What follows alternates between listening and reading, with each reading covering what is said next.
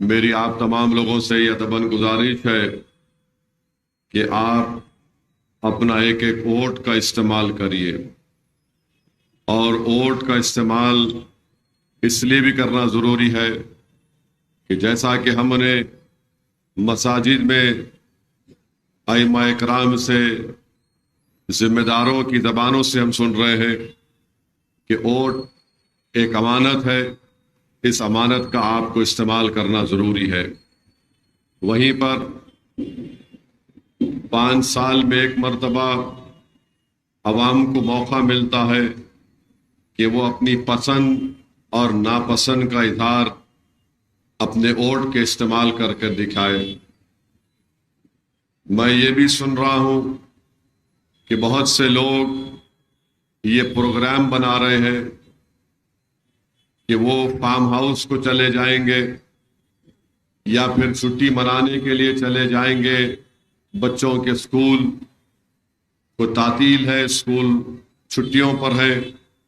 मेरी उन तमाम हजरात से ये अपील है, गुजारिश है कि आप 13 तारीख के बाद अगर आपको कहीं जाना है, आप ज़रूर अपना प्रोग्राम बनाइए, मगर 13 तारीख तक आपको ना सिर्फ 13 के दिन वोट डालना है, बल्कि आपको तमाम दोस्तों को, अपने जिम्मेदारों को, रिश्तेदारों को इस बात की तरगीब देना है कि ये पार्लियामेंट का इलेक्शन हमारे मुल्क के लिए कितना अहमियत का हामिल है। ये पार्लियामेंट का इलेक्शन हमारे लिए बड़ा ही अहम है, और अगर हम ऐसे नाजुक वक्त में अपने वोट का सही इस्तेमाल नहीं करेंगे तो फिर नुकसान वतन अजीज का भी होगा, नुकसान इस मुल्क में उन लोगों का होगा जो इस मुल्क को एक मोहब्बत का गहवारा तस्वुर करते हैं, नुकसान उन लोगों का होगा जो इस मुल्क में नफरत की फिजाओं को कम करना चाहते हैं। तो मेरी आपसे गुजारिश है कि आप 13 मई के दिन अपने वोट का इस्तेमाल करिए और मजलिस इत्तेहादुल मुस्लिमीन के इंतखाबी निशान पतंग पर अपना बटन दबाइए।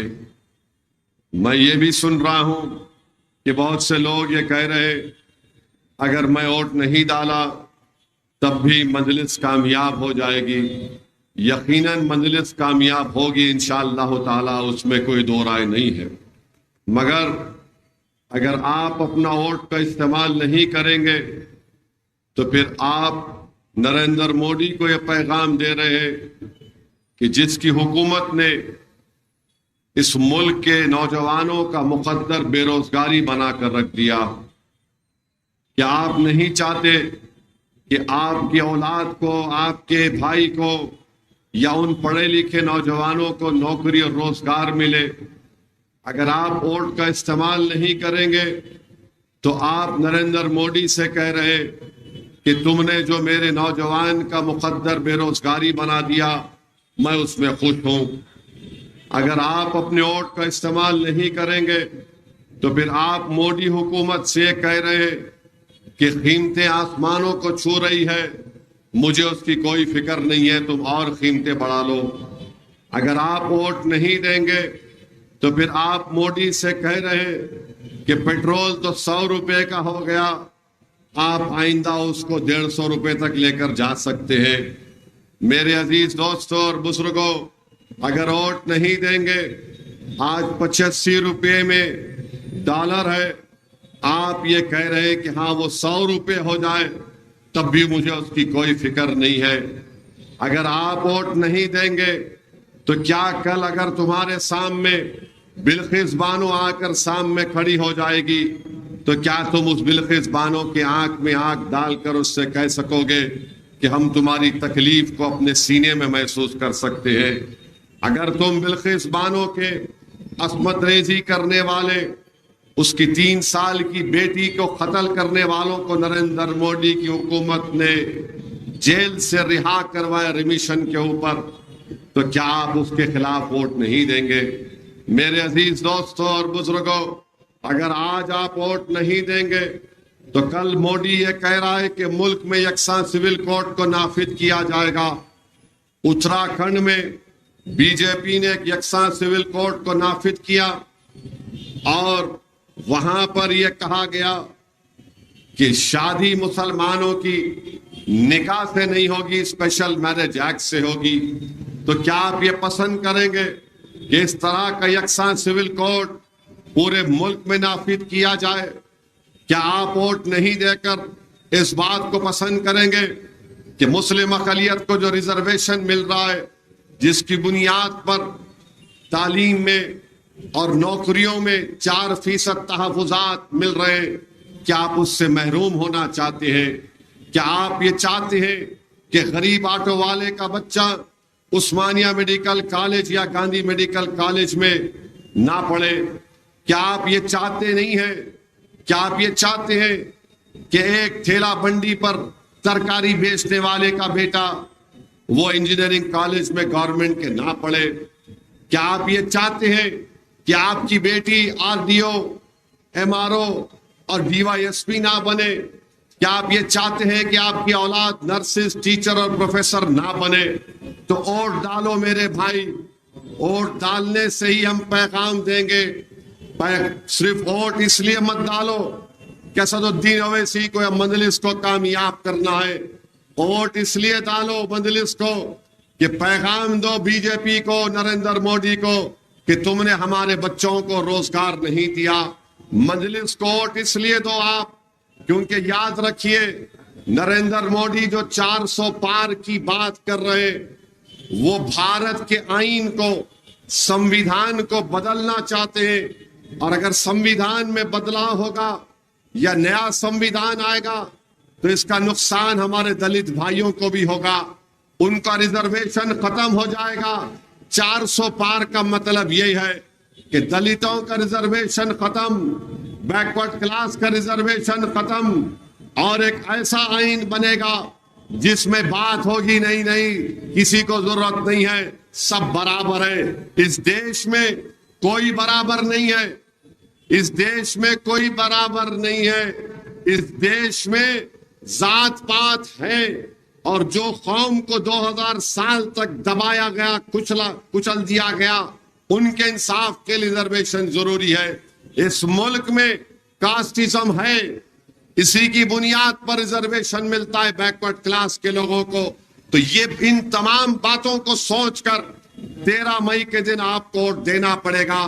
अगर आप वोट नहीं देंगे तो फिर आप मोदी से कह रहे कि चाइना ने डेप्सांग और डेमचाक पर 2000 भारत की जमीन, स्क्वायर किलोमीटर जमीन पर चीन 4 साल से कब्जा कर बैठा है और नरेंद्र मोदी चीन को निकालना नहीं चाहते।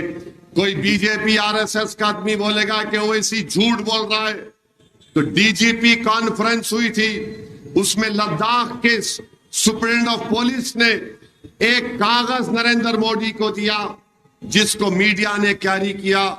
उसमें उस खातून एसपी ने कहा कि 65 पेट्रोलिंग पॉइंट में से 25 पेट्रोलिंग पॉइंट पर भारत की फौज पेट्रोलिंग नहीं कर सकती है। हम अपनी 2000 स्क्वायर किलोमीटर जमीन को चीन को खो चुके हैं और नरेंद्र मोदी कुछ नहीं करना चाहते हैं, बल्कि चीन से इंपोर्ट होता है 2-2, 10-10 बिलियन, माने कई बिलियन डॉलर का इंपोर्ट होता है। बताइए, अगर कोई आपके घर की जायदाद पर कब्जा कर ले, कोई किराएदार आपके घर में घुसकर कब्जा कर ले और फिर वहां पर कोई दुकान खोल ले या होटल खोल ले, क्या उस जिसका घर का मालिक है उसका दिल बोलेगा जाकर बैठकर वहां पर चाय पीऊं? मगर चाय वाला ये कह रहा है कि मैं तुम पियो जाकर, कोई फर्क नहीं पड़ता, भारत की जमीन है, कोई भी कब्जा कर सकता। तो मेरे अजीज दोस्तों और बुजुर्गों, मैं आपसे अपील कर रहा हूं कि आप अपने वोट का इस्तेमाल करिए। 13 तारीख के दिन एक तारीखी दिन साबित होगा। आप मुत्तहदा तौर पर अपने के वोट का इस्तेमाल करिए। मैं आपसे एक और बात कहना चाह रहा हूं कि कल अमित शाह हैदराबाद को आए थे। और बड़ा शोर शराबा बीजेपी वाले कर रहे, हम बहुत भीड़ को जमा किए। ऐ बीजेपी वालों, तुम नादान हो। अगर हम सांचक मंजे की दावत करते तो उससे ज्यादा आवाम जमा हो जाती। हम इतनी भीड़ जमा करें और अमित शाह वहां पर भी झूठ बोल दिए। अमित शाह बोल रहे हैं कि 40 साल से रजाकारों का कब्जा है। अमित शाह, आप भारत के होम मिनिस्टर हैं। अगर आपको इल्म नहीं है, नॉलेज नहीं है, तो आप जरा जिनको जानकार लोग हैं उनसे पूछ लो कि जो रजाकार थे वो पाकिस्तान भाग गए, जो वफादार थे वो आज भी सीना तान कर तुमसे मुकाबला कर रहे हैं और कल भी करेंगे। और यही वफादार इंशाअल्लाह ताला बीजेपी को दोबारा हराएंगे इंशाअल्लाह ताला हैदराबाद की पार्लियामेंट के इलेक्शन में। मगर एक होम मिनिस्टर है, एक देश का होम मिनिस्टर है, आकर इस तरह की बकवास करते हैं। और फिर अमित शाह बोलते हैं कि डरने घबराने की जरूरत नहीं है। अमित शाह, जिस शहर का नाम हैदर कर्रार की निस्बत से रखा गया, वो हैदर कर्रार जिसने उस किले के दरवाजे को, खैबर के दरवाजे को निकाल कर फेंक दिया। यहां डरने वालों की बस्ती नहीं है, ये डराने वालों की बस्ती है, याद रखो अमित शाह। और तुम्हारे दिल में डर पैदा हो गया, इसीलिए अमित शाह ने अपनी जबान से कब मुसलमान कहा था, जाकर देख लो। ये मजलिस का डर था, ये तुम्हारे इत्तेहाद का डर था, ये तुम्हारे सियासी शऊर का डर था, ये तुम्हारी बरतरी और तुम्हारी रौब का डर था कि अमित शाह की जबान से लफ्ज मुसलमान निकल ही गया। ये हमारी पहली कामयाबी अल्हम्दुलिल्लाह। मेरे अजीज दोस्तों और बुजुर्गों, दूसरा आप देखते हैं बीजेपी के कैंडिडेट हैं, उनको क्या जरूरत थी किसी एक मस्जिद की तरफ देख के तीर मार रहे? आखिर क्या जरूरत थी उनको? जरूरत इसलिए थी कि हैदराबाद के इस भाईचारगी को खत्म करना चाहते थे। हैदराबाद पार्लियामेंट कॉन्स्टिट्यूंसी में बरसों हो गए माशा अल्हम्दुलिल्लाह फसाद नहीं हुआ। यहां की अवाम ने, चाहे किसी मजहब के हो, उनको क्रेडिट जाता है कि उन्होंने फसाद के उस माहौल को पैदा होने नहीं दिया। हाँ, चुटपुट थोड़ा बहुत वाकयात होते हैं, मगर वो तीर मारना क्या मकसद था? वो हैदराबाद के अमन के ऊपर तीर था। वो तेलंगाना में फसादात करवाने का उनका मंसूबा था। और फिर बाद में बोलते नहीं नहीं ऐसा नहीं था। अरे वीडियो मैं नहीं बनाया, वीडियो दुनिया ने देख लिया कि तुम्हारी नीयत क्या है। तुम्हारी नीयत यह है कि हैदराबाद को फिर 1980 और 1990 के दहे में लेकर चला जाए। हम इंशाअल्लाह ताला हैदराबाद में फसाद होने नहीं देंगे। हम हैदराबाद के अमन को मजबूत करेंगे। और ये जो बीजेपी वाले बोल रहे अमित शाह आके गए, अरे बल्दिया के इलेक्शन में भी अमित शाह आए थे, बल्दिया के इलेक्शन में भी योगी आए थे। और जिस जगह पर अमित शाह जाकर कैंपेन किए, वहां से चौथी मर्तबा मंजलिस का कॉरपोरेटर राजमोहन कामयाब हो गया। और जहां जहां योगी गए वहां पर ये समद बिन अब्दाद का बेटा कामयाब हो गया। तो इनके आने जाने से हमको कोई मतलब नहीं है। अरे अमित शाह, तुम खुद लड़ लेते मेरे खिलाफ, कौन रोका तुम्हारे को? आप मेरे खिलाफ लड़ लेते। अरे इतनी फिक्र है हैदराबाद की कि जो मरकजी वजीर है उन्हें आ जाता, हर 2 दिन को कोई ना कोई आ जाता, और आता ही आते कि पहले शुरू हो जाता मेरे खिलाफ। अब सुना के वजीर आजम भी आएंगे। अरे कोई भी आ जाओ, कुछ नहीं होने वाला इंशाअल्लाह ताला। अल्लाह सुब्हाना व तआला हमको गालिब करेगा अपने फजल और करम से, हम कामयाबी हासिल करेंगे इंशाअल्लाह। ये लोग ये समझ रहे उन्होंने आ गए तो ऐसा होगा, अरे बहुत से 30 मार खा आके चले गए, कुछ नहीं हुआ, अभी भी कुछ नहीं होगा इंशाअल्लाह ताला।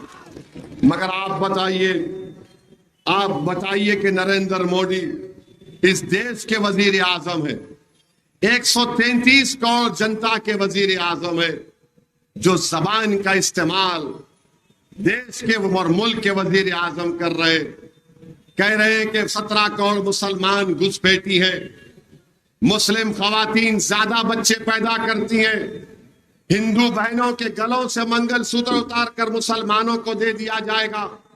नरेंद्र मोदी जिहादी कह रहे हैं। मैं नरेंद्र मोदी से पूछना चाह रहा हूं, आखिर आप ये जबान इस्तेमाल क्यों कर रहे हैं? कहां गया सिक्योरिटी काउंसिल की परमानेंट मेंबरशिप?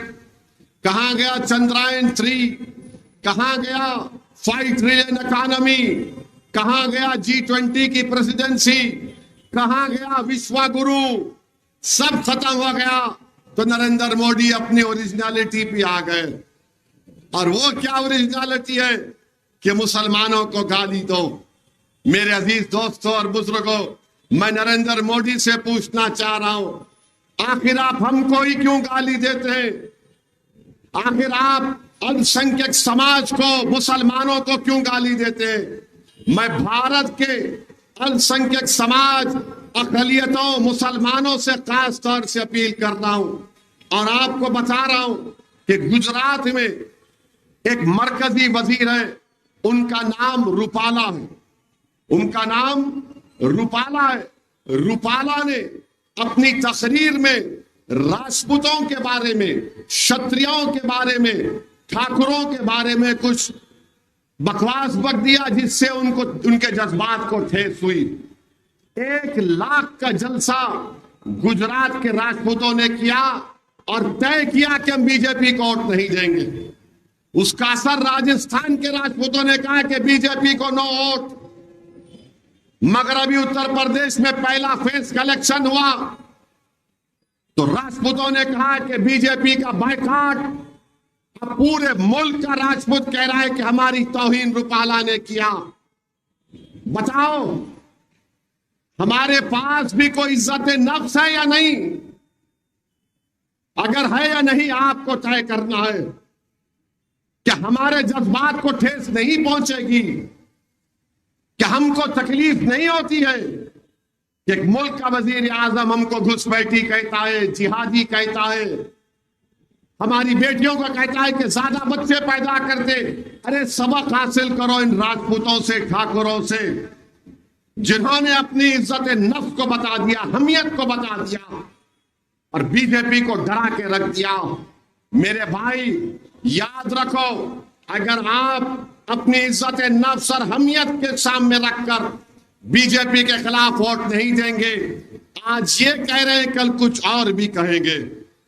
मैं अपने बचपने में हमारे हैदरगुड़े के घर में मैं और अकबर ने अपने कानों से आरएसएस के लोग आकर 1980 के जमाने में हमारे घर के सामने आकर नारा लगाकर जाते थे।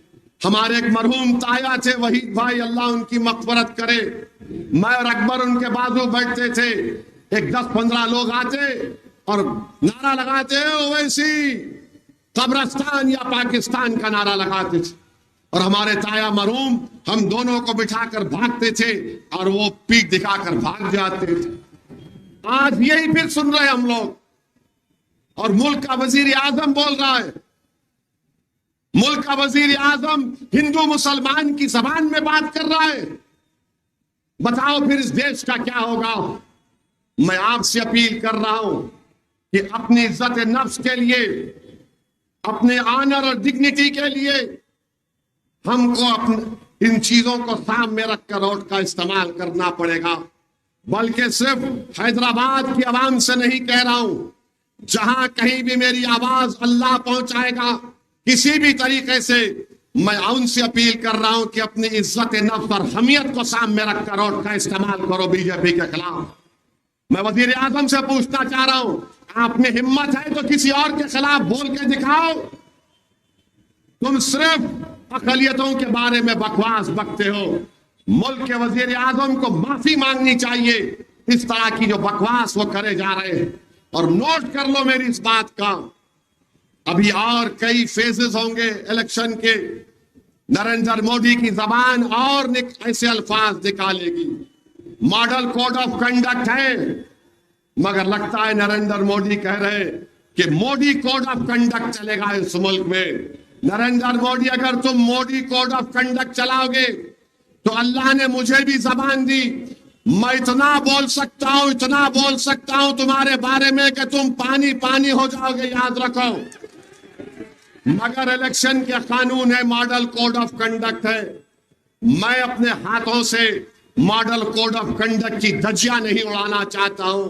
जो धज्जियां उड़ा रहा है वो देश देख रहा है, वो मुल्क की आवाम और गरीब आवाम देख रही है।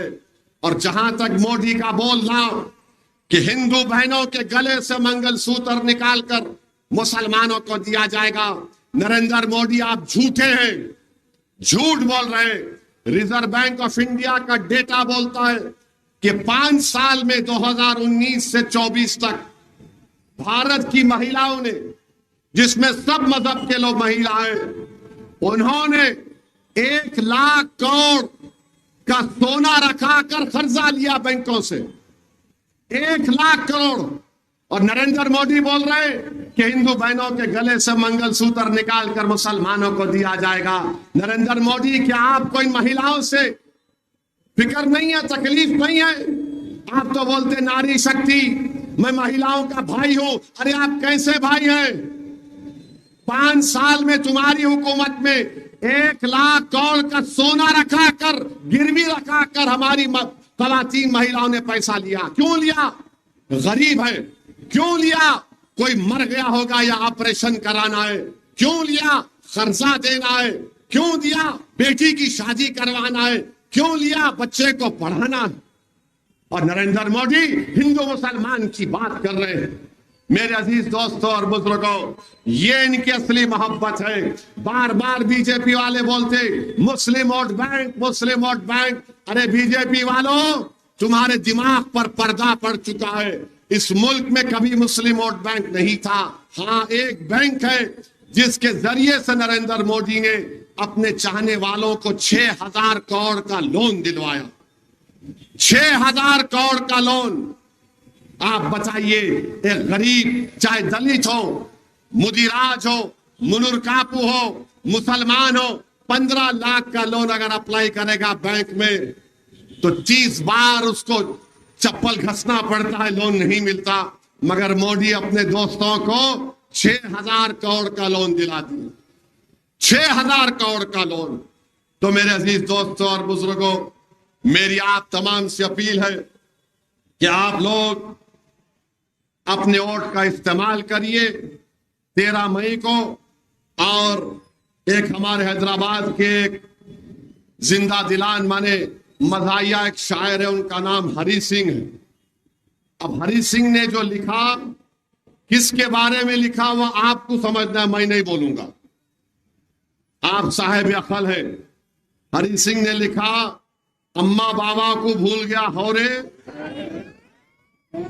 सारी जनता को हौला बना रहा, हिंदू मुसलमान को रो रहा, शादी करके जोरू को भगाता, एनआरसी बोल के हमको डराता, बार बार बाहर का दौरा करता, जनता के पैसे बर्बाद करता, कातिल और जानियों को छोड़ देता, और बेगुनाहों को कैद कर देता, मंगलसूत्र की झूठी अफवाह उड़ाता, गरीब लोगों का मजाक उड़ाता, लोगों को तकलीफ देके खुश होता, चौकीदार बन के उछल रहा, अपनी औकात भूल गया। अब आपको याद रखना है, 13 के दिन ऐसा नहीं है कि मैं पुकार के बोलो हो रे काहे रे, पूरे बूथा खाली है, समझे ना? तो जरा बूथों पे जाओ। और एक क्या है, एक और हमारे शायर थे हैदराबाद के मशहूर, उनका भी एक कलाम आपको सुना तो जरा आखिर में, क्योंकि तकरीर गर्म हो गई। पुलिस वाले एसबी के कपड़ों में देख रहे, परेशान, पसीना पूछ रहे, दिख रहा मेरे को यहां से। एक शायर साहब थे हिमायतुल्लाह, मरहूम, अल्लाह उनकी मग़फ़िरत करे। तो उनका अब जरा साथ दीजिए, सवाल अपना भी पूरा होगा, क्या है कि क्या नहीं की। ये मोदी को कब सुख होगा, क्या है कि नहीं की। इलेक्ट्रल बॉन्ड से करोड़ों ले लिया, फिर बोल रहा ना खाऊंगा ना खाने दूंगा, क्या है कि नहीं की।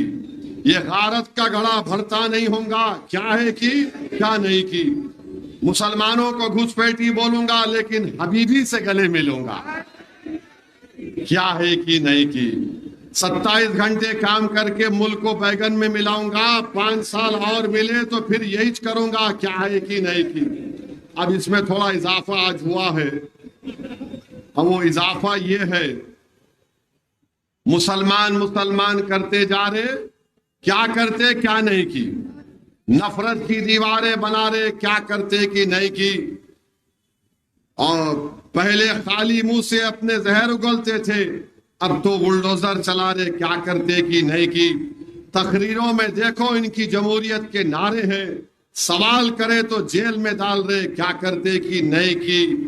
हैदराबाद पे सर्जिकल स्ट्राइक करते बोल रहे, चाइना से डर के बैठे, क्या करते कि नहीं की। गली गली फिर रहे, अब की बार 400 पार, कपड़े सीने की ख्वाहिश कर रहे, हाथ में लेको चिंदिया चार। तो समझिए आप, तो मेरी आप तमाम से गुजारिश है, 13 तारीख को आप पतंग को वोट देंगे नहीं देंगे। कहीं फार्म हाउस को तो नहीं जाएंगे, कहीं छुट्टी मनाने तो नहीं जाएंगे। जरा पीछे से आवाज नहीं आ रही। किंग्स बिरयानी हाउस के पास जो लोग खड़े हुए, जरा दिखाओ ताकत। तो 13 तारीख के दिन आसमानों में क्या नजर आएगी, क्या नजर आएगी 13 तारीख के दिन।